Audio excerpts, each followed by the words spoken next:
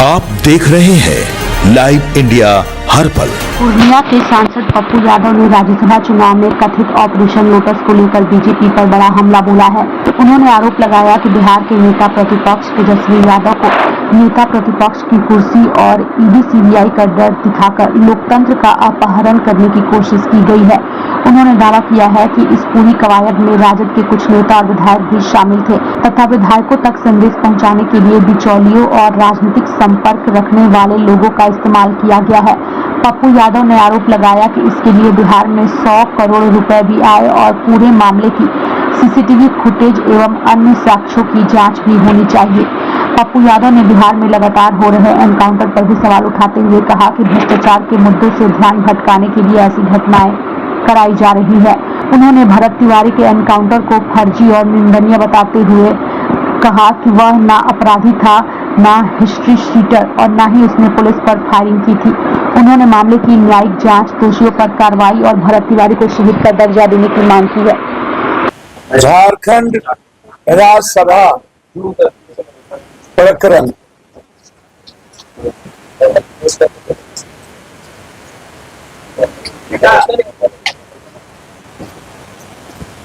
इसके मुख्य सूत्रधार हैं डिप्टी सीएम विजय शर्मा जी छत्तीसगढ़,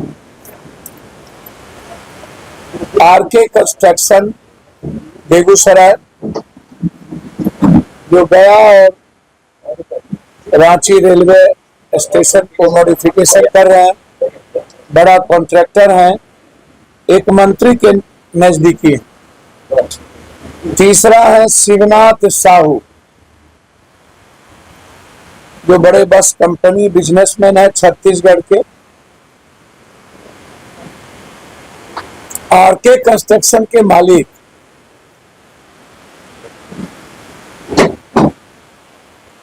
वह एक ही होटल में ठहरे थे, एक ही होटल में।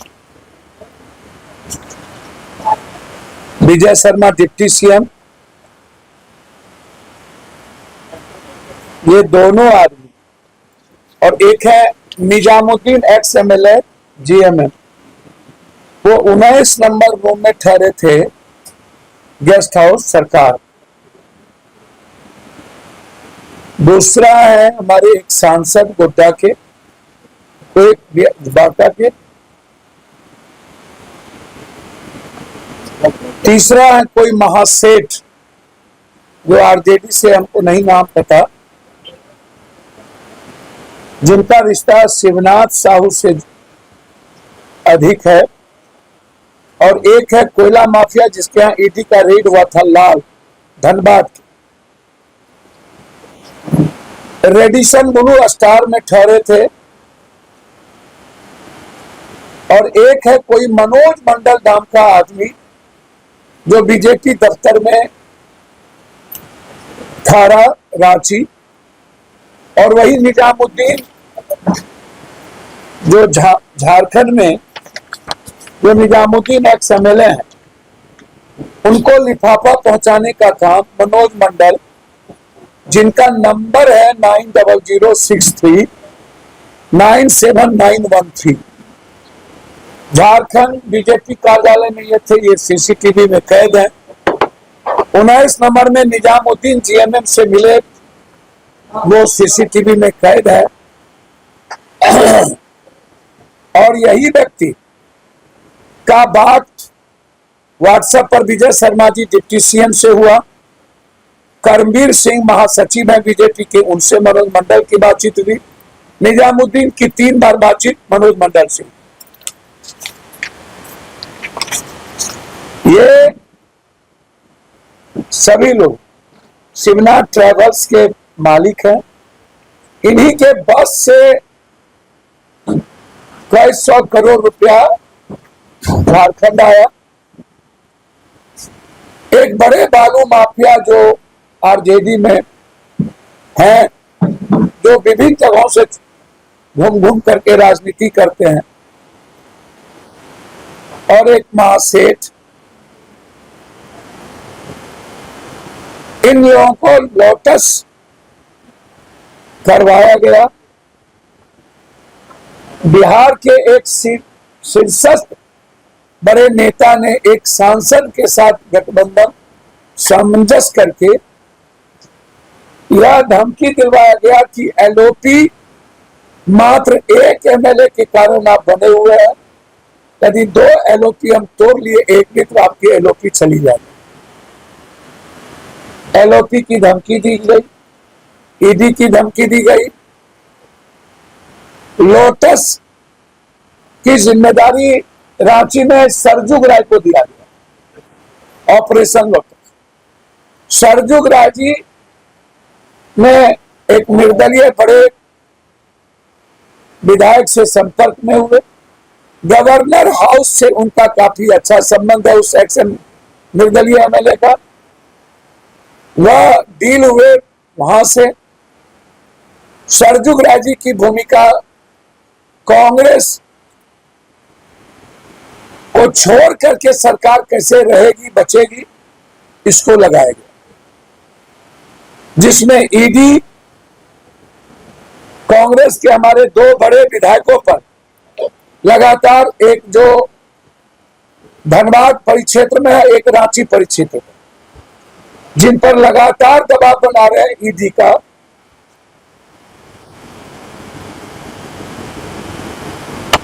वामपंथी पार्टी ने वोट नहीं दिया, लेकिन उनका वोट वैलिड नहीं। बीजेपी को उन्होंने वोट नहीं दिया, लेकिन वैलिड नहीं।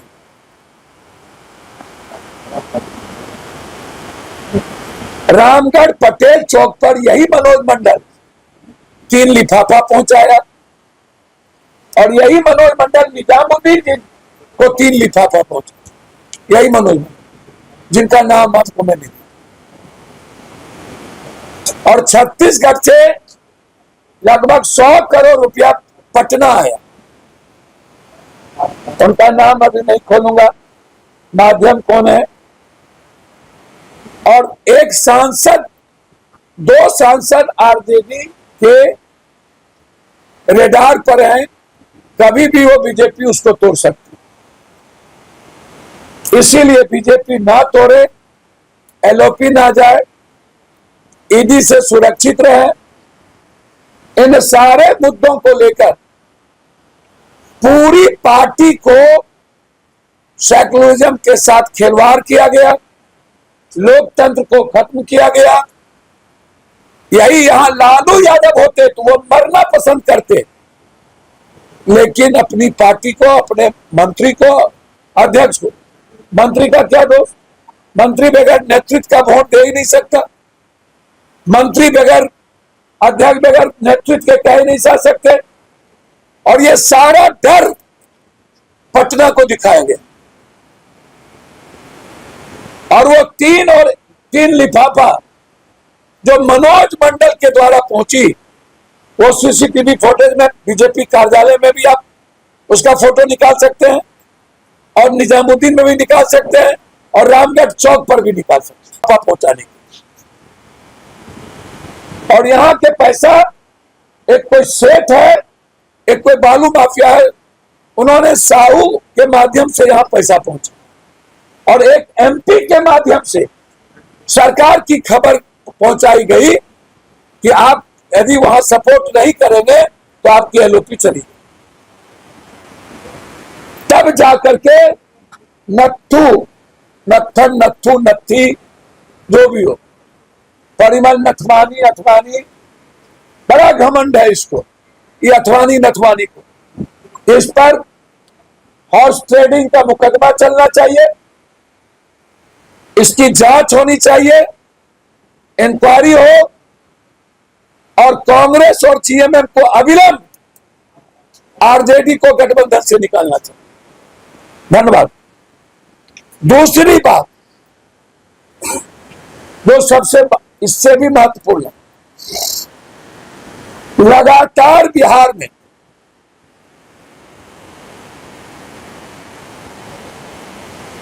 पूरी इनकाउंटर की मैं जांच चाहता हूं। ये वही धरहर जमुनिया है जहां गांव कटा था, अकेला पप्पू यादव वहां पहुंचा था, जहां हम डूब रहे थे। जहां लाखों रुपया हमने मदद की, जहां 4 बार लोकसभा में हमने मामला उठाया और वो धरर जमुनिया कोई नहीं पहुंचा था, एक नेता ने। आज जातीय आधार पर मैं मानता हूं वो क्रिमिनल नहीं था, वो शूटर नहीं था, वो गैंग नहीं चलाता था। 100 मीटर भी उसका गोली नहीं जाता। वह वहां के जो विस्थापित लोग थे उसके लिए वो बोलते थे। सभी बीजेपी के मंत्री संतरी इस मुद्दे पर बोले तो सरकार को रिजाइन करना चाहिए। बगैर सरकार के इशारे पर बलि का बकरा आप किसको बना रहे हैं? सरकार के बगैर, हेडक्वार्टर के बगैर ये एनकाउंटर नहीं हो सकता। ये मोबाइल से जांच करनी चाहिए कि हेडक्वार्टर से कौन कौन वहां के एसपी और डीएसपी के संपर्क में। और बीजेपी के मंत्री और बीजेपी के नेता यदि बोल रहे हैं इनकाउंटर हुआ है तो आप शहीद की घोषणा करवाइए, सीबीआई इंक्वायरी करवाइए। सीबीआई जांच क्यों नहीं दे रहे? या वर्तमान न्यायाधीश से जांच करवाइए। इसके पहले इनकाउंटर हुआ, सीमान में 3 एनकाउंटर हुए, सोनू, छोटू, एक और लड़के का, वो भी गलत था। फिर यहां पर पैर में गोली लगी, एक टीचर को मारने वाले को, एक ज्वेलरी को डकैती करने वाले को, वो भी गलत था। और रामधनी यादव जो कोर क्रिमिनल था, जो एनडीए में है, अभी भी एनडीए में उसका बेटा है, कोर क्रिमिनल अभी भी, युवा अध्यक्ष है भागलपुर का, उसको थाना बुला करके तब थाने के पीछे मार दिया गया। क्रिमिनल को आप फांसी सजा चढ़वाइए, या क्रिमिनल हमारे पुलिस पर गोली चला रहा है तो मारिए। मेरा 2 सवाल है, क्या नीतीश कुमार जी 20 साल क्रिमिनल बालू माफिया, शराब माफिया को लेके चले, 20 साल के सुशासन में उन पर दाग नहीं लगी, तो क्या अभी की सरकार, तब क्या क्रिमिनल गोली नहीं चला रहा था? तब पुलिस की राइफल में जंग लग गया था और आज पुलिस का राइफल का जंग छूट गया। तो नीतीश कुमार जी अपराधी के माफिया के बदौलत 20 साल सरकार चलाए, गोली नहीं चली। तब क्यों नहीं गोली चल रही थी? आज ही क्यों गोली चला रहा है क्रिमिनल लोग, और आपकी पुलिस की गोली लग जा रही, और तब क्यों नहीं लग रही थी? आप ही का कंट्राडिक्शन है, दोनों आप ही की सरकार है। मेरा यह सवाल है, तो जो भी इनकाउंटर हुए, half quarter full, half quarter full, half quarter full, उसकी पूरी न्यायिक जांच। 150 से ऊपर बलात्कार हुए, 3 बार एक बच्ची के साथ बलात्कार किया गया बेगूसराय में, पुलिस पहले कुछ नहीं की। निर्भया और मणिपुर को भी टप गया जो बलात्कार हुए हैं, एक आदमी बोलने वाला नहीं बिहार के मंत्री। इसके पहले ये लोग क्यों नहीं बोलते थे मंत्री लोग? आप जाति के आधार पर ही क्यों? हम तो जाति नहीं है, हम तो लड़ेंगे। हम 5 लाख रुपया की घोषणा किए और तुम्हारी हिम्मत है तो तुम 1 करोड़ रुपया उस परिवार को गिराओ, है औकात तो तुम शहीद की घोषणा करवाओ, तुम सीबीआई की जांच करवाओ। कोई औकात नहीं, कोई हिम्मत नहीं, सिर्फ भड़बोलेपन। या तो सरकार रिजाइन करे, या जो कह रहा है गलत हुआ वो मंत्री रिजाइन करे। दोनों में किसी एक को रिजाइन करना चाहिए। जो आरोप लगा रहे हैं ये स्वीकार कर लिया कि गलत इनकाउंटर हुआ, और पूरे की व्यू। दूसरी तरफ सिर्फ एक टुकड़ी आधा पेट खाने के लिए दलित पूछ के, पासवान पूछ के मारा। लगातार दलितों पर एक्सटॉर्शन, माइनॉरिटीज पर लगातार मॉब लिंचिंग। दलित और माइनॉरिटीज इस बिहार से छोड़ दो, यादव को तो छोड़ ही देना चाहिए। नीला हरा रंग के आधार पर जिस तरीके की भाषा बोली जा रही है वह जातीय हिंसा को पैदा कर रहा है। बीजेपी ने पहले धार्मिक हिंसा पैदा की, अब बीजेपी की सरकार जातीय उन्माद पैदा करने की कोशिश बिहार में कर रही है। उसी कड़ी में नालंदा का इतना बड़ा मॉब लिंचिंग है, दोनों पासवान लड़के को पुजारी के द्वारा पीटते पीटते मार दिया गया। 15 लोग मारे, 15 लोग। और उसके बाद एक वीडियो सीओ और एक थाना प्रभारी एसके रंजन मिश्रा,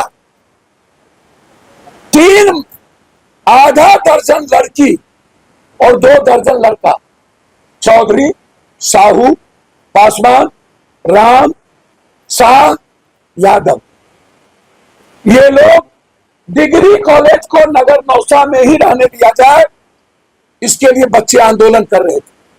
जो गवर्नर का रूल है कि हेडक्वार्टर में ही कोई डिग्री कॉलेज होगा, वहां के विधायक हरनारायण बाबू सांसद ने जबरदस्ती स्वजातीय के गांव में 5 किलोमीटर ले जाकर के वहां डिग्री कॉलेज डीएम के प्रेशर देके करवा दिया। नगर नौसा के सभी जाति के बच्चे कह रहे थे डिग्री कॉलेज है।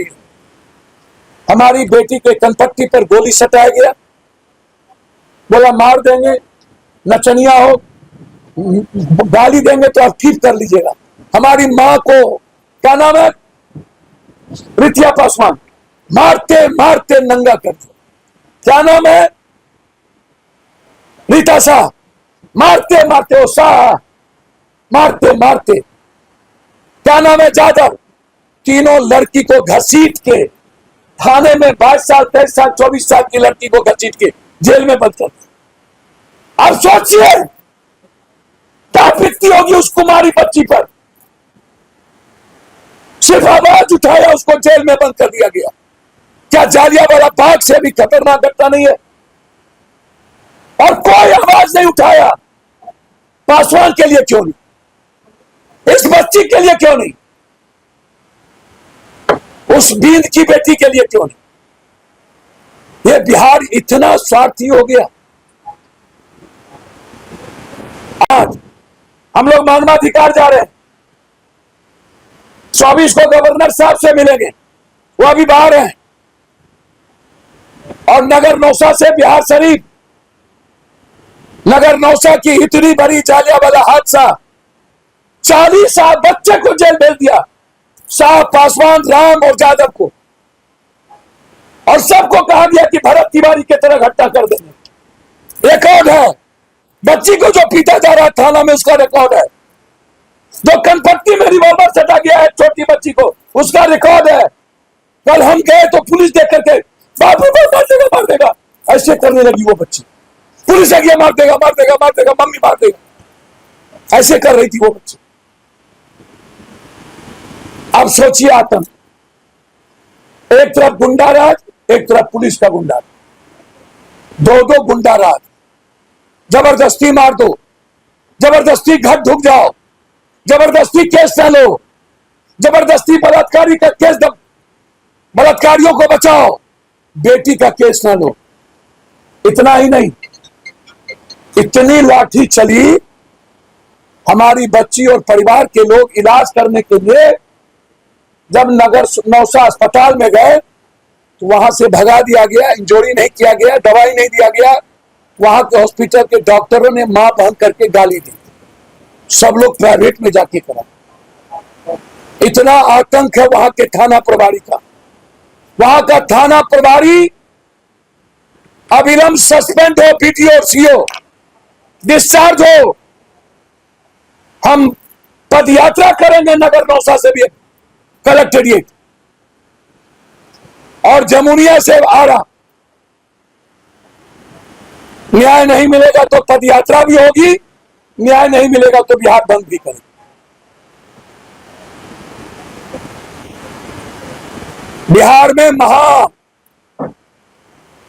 सरकार का आतंक सिर्फ रिशु सिन्हा श्रीवास्तव को बचाने के लिए, उसके आतंक को बचाने के लिए, आनंद किशोर को बचाने के लिए, मल को बचाने के लिए, धर्मेंद्र को बचाने के लिए।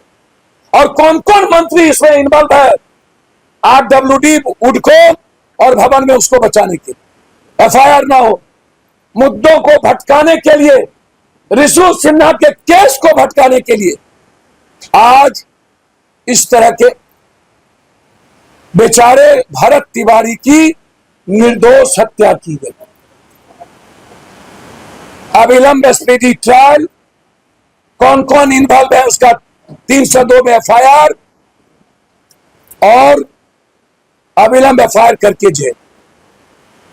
और महतो पासवान सारे परिवार को 50-50 लाख रुपया और नगर नौसाकी में वीडियो CO थानेदार का सस्पेंशन।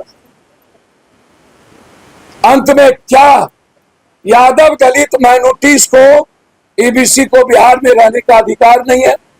क्या यादव लोग बिहार छोड़ दें?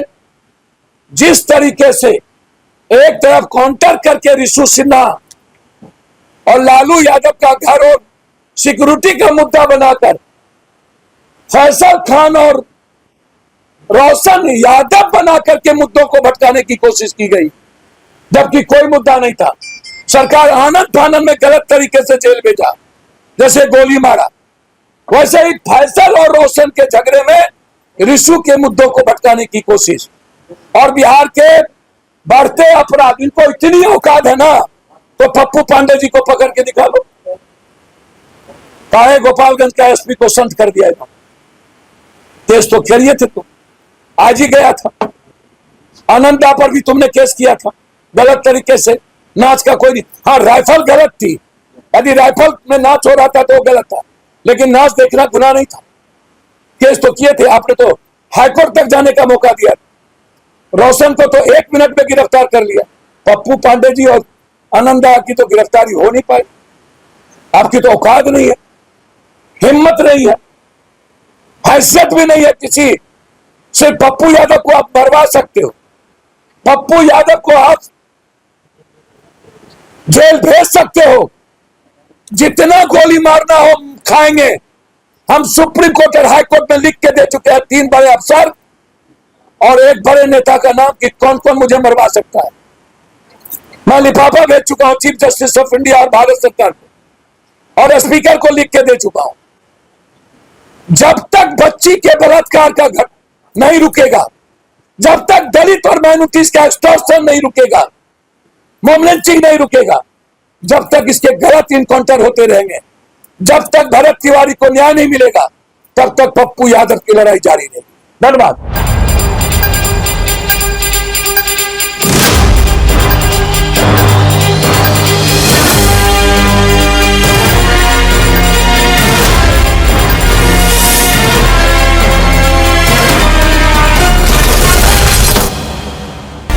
आप देख रहे हैं लाइव इंडिया हर पल।